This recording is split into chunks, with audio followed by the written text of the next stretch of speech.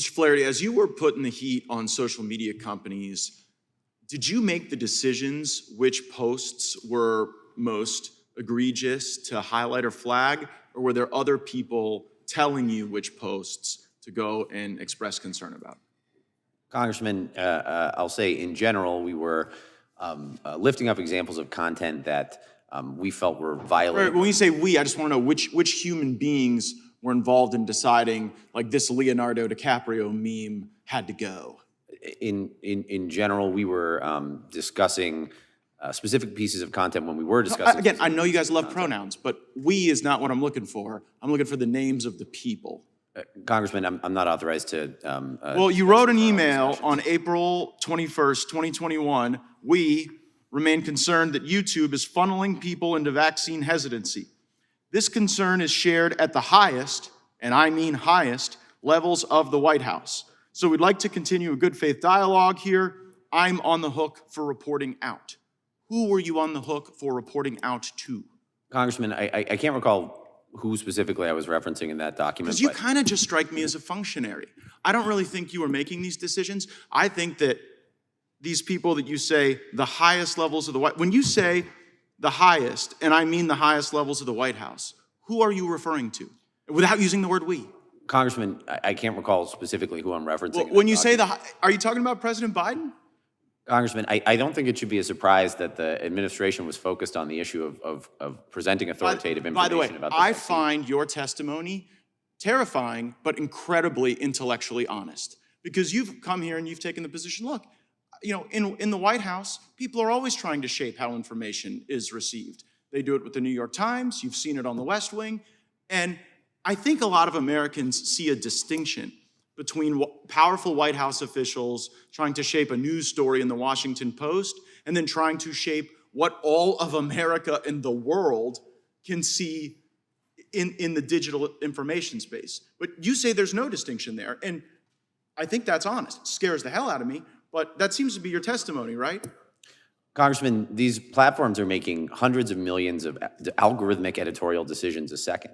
And those algorithmic decisions— I get it. I just don't want the White House participating in them. I get that to have social media companies, there are all these decisions that get made about what content rises and falls. What we have a problem with is when the United States government is putting their thumb on the scale. Now, you said there were no threats and there were no consequences. Was there pressure? Did you put pressure on social media companies? Congressman, we certainly raised areas where we had questions about their policies or concerns about their enforcement. Would you categorize that as pressure, policies. yes or no?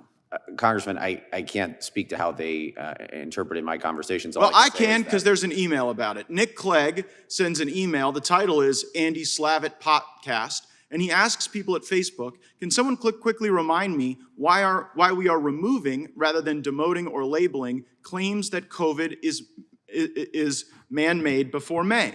And the reply to that email is, and I quote, because we were under pressure from the administration. We shouldn't have done it. So were you part of that pressure campaign? Congressman, again, having not seen the document, I can't speak to who they're referencing or what they're referencing. All I can say is— well, Mr. Slavitt, were you a part of that pressure campaign?